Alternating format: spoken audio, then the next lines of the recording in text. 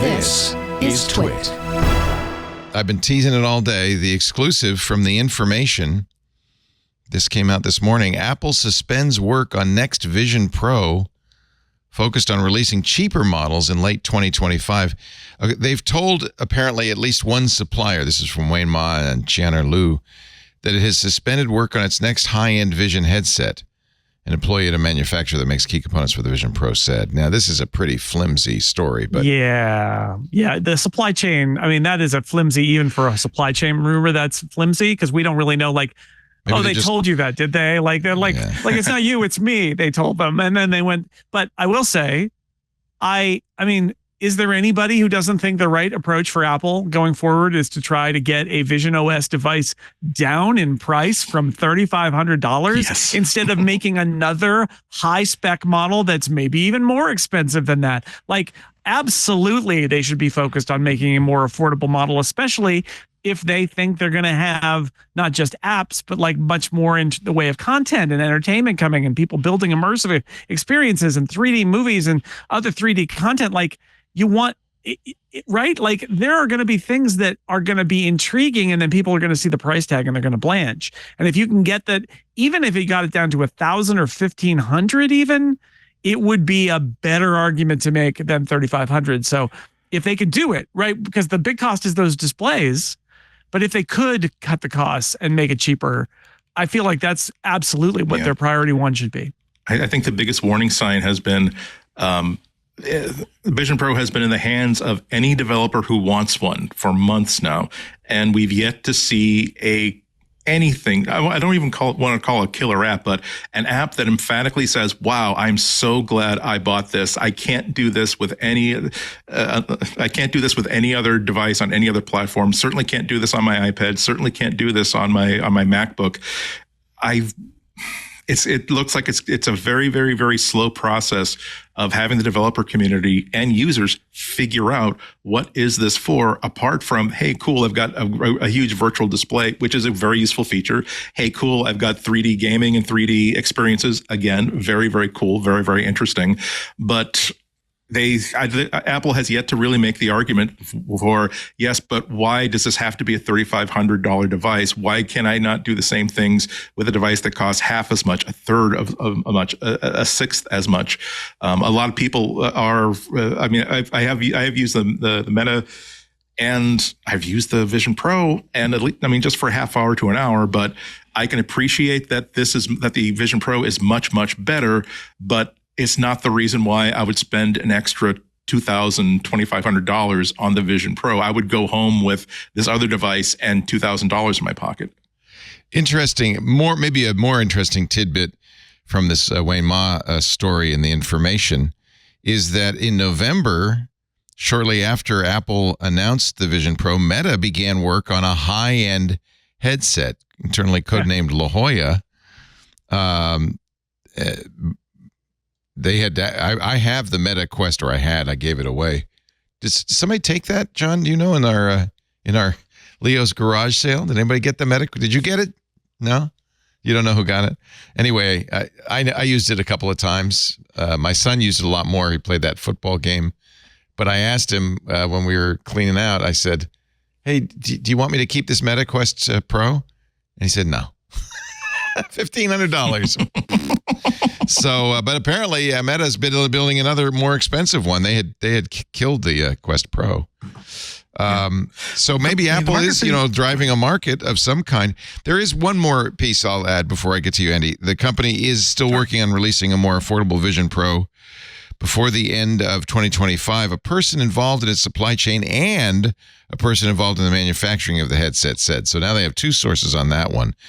Apple had originally planned to divide it into, as you know, two, a high-end line and a low-cost line. And now, at least we know for sure that the low-cost line is still planned with fewer features before the end of 2025. Andy? Yeah. I just wanted to quickly say that it's an unusual market in that there just seems to be two ends to it and no middle. You can see the that's market a good way has to say said it. that, yeah, that's true. I mean, the market has said that if you give me a good $500 general gaming and VR and virtual display device, you'll sell it. If you've got a good $3,500, $4,000 high end device that you'll be able to sell that to You'll be able to sell it to industry. You'll be able to sell it for training. You'll be able to sell it to the medical industry. You'll be able to sell it to, again, high-end volume users that need it for custom operations. But there's no place in the middle for an expensive device that is targeted towards consumers. It doesn't seem to be there just yet. So yeah, I would be surprised if Apple got out of the high end market entirely, because that's a great thing about the companies that need to buy 1,000 of something to cut their training costs. They will spend $3,500 a copy if they can justify the savings in training expenses, because training expenses are killer to those industries. But again, they still they're not getting the sort of thing where you look at you go to Apple Park. There's a big event where everybody's there for keynote, and you see lots and lots of people wearing Vision Pros in the audience. I didn't see many. Don't think I saw any. Whereas the first Google I/O after Google Glass was out, you saw plenty of people wearing Google Glass. I don't know if that's particularly significant, but I thought that's interesting. I will say that I find the headset actually easier to wear than the Google Glass. For some reason, I wore the Google Glass a lot. And the problem was it always felt like it was pulling down on one side of my head, and it just made me a little crazy over time. So, but I think that the challenge that Meta's had, the challenge that Apple's still having, is ecosystem. And so the issue is how do you develop content for a headset? And it has still not been that easy to do. I think that we see hints at what's possible. So I think that part of that ecosystem, I think, Apple is not the first company to ask Blackmagic to make stereo cameras or 360 cameras or other cameras. Apple was just able to get that over the hump, of them doing that. And that's going to be a big piece of it, because seeing video, I know that most people haven't seen that yet, but seeing video at 90 frames a second, 8K per eye is going to look way different than what people are used to in this 30 and 60 frame per second, 4K per eye. And it will be something that people that will be hard to do, almost impossible to do at a lower price, because it requires the processing to see it. And for many people, it won't make sense to do that. But I think there's going to be a large enough market for that there will be enough to make the headset. The other side of that is you see hints like, so for instance, I still think that JigSpace is a perfect hint to what is possible when it comes to education and training and so on and so forth. The problem is JigSpace is way too expensive to develop for, and it is difficult, and it requires like talking to them.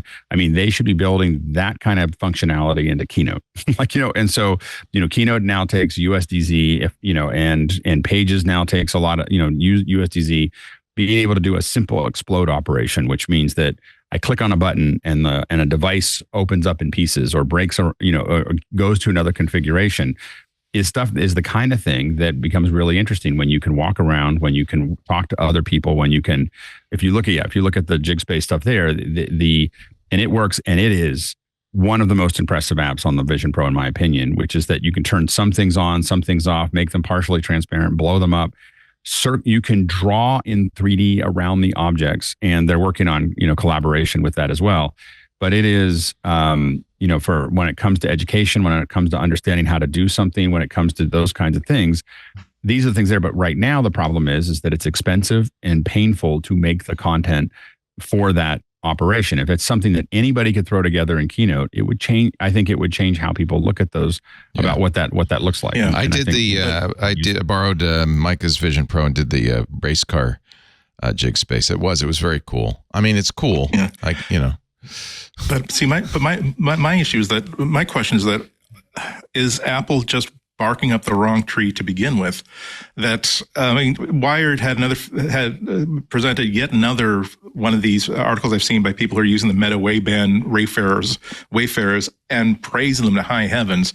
It's not a VR thing. It's just simply a pair of glasses with cameras in them and really, really good audio embedded into the side pieces. Cost $300. It looks like a pair of Roy Orbison Wayfarers. It doesn't look like particularly weird, but the pieces that I've been reading about have got me kind of excited about maybe getting a pair to try them out, because the intelligence of just being able to say, hey Moisha, I think it's a different trigger word, but hey Moisha, like, what am I looking at right now? Or what kind of car is this I'm looking at? And being able to give you an answer, to just simply, as I've been saying for a long time, talking to a smart assistant through audio is a big deal, and adding a camera to that is a bigger deal. And you talk about something that is you can wear, you don't feel like an idiot doing it. It provides a very, very useful function, even just as an audio device that you're wearing while listening to podcasts or whatever while you're walking or working out. That's a very, very useful really like thing. the Wayfarers. Yeah. Yeah, and add just a little tiny little embedded screen, kind of like what Google Glass had, so it can simply give me answers that I don't necessarily have to listen to. Give me visual answers like here, forward and to the left. Here's some directions for you. That is a great product, and so I'm not saying that it's a waste of time to think about. Oh, but when the greater content comes from Vision Pro, everyone's going to love that, and then the higher frame rates and the higher resolution is going to be really, really great, and the higher responsibility. I don't doubt any of that, but the question comes back. I'm just not convinced that Apple has even figured out the right way to go with this kind of technology. $500. I think if they're not developing anything that anybody is going to want to put on their face for any real amount of time. Whereas this is something that just like you see people wearing their AirPods without even worrying about what they look like with AirPods everywhere. This is the sort of technology that could take that to the next level. And I really wish that Apple were looking at that instead, because it seems like a much more... Why instead, though? Those products are not even remotely alike. One of them is a computing product that's basically a VR product that's converging one way, and the other is essentially AirPods with a camera that you wear on your face. I don't think it's an instead. I think both of those things are converging at the same place, which is your face, from different directions, but they're completely different product categories. Of course. I do think once Apple gets their story, sorry, I said her name, the Shlomo story in order with their all of our assistants have to have names from Fiddler on the Roof. I'm just saying it's got it's just a rule. It does unlock for you a lot. When they get that story in place, it unlocks a lot of wearable stuff that they're not currently doing. AirPods has been a place where Apple's actually really been ahead. I think I would actually be surprised if Apple weren't trying out the idea of something like the Meta Ray-Bans, because they could use their audio. The AirPods are halfway there. Yeah. And then you get a camera, because there are reports about like, oh, they're trying to put cameras on AirPods. It's like, how many people have hair or facial hair or actual hair that just cover, like the place to do it is up here, right? Yeah. And so but that's a wearables, home and accessories category that I think makes sense for them to expand beyond the AirPods.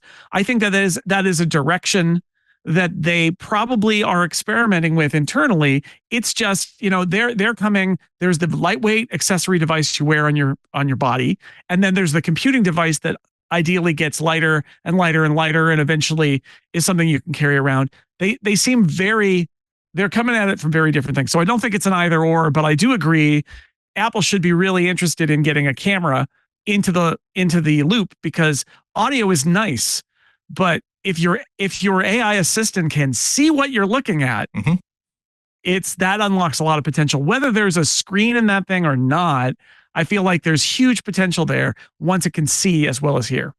And I think that for me, and I don't know what Jason's experience is related, but a lot of people that I know and have an experience similar to mine is that when I put the Vision Pro on, there's one thing it doesn't do that I think is interesting, that is now in the new version that might be a little bit easier to get to, is show you what time it is.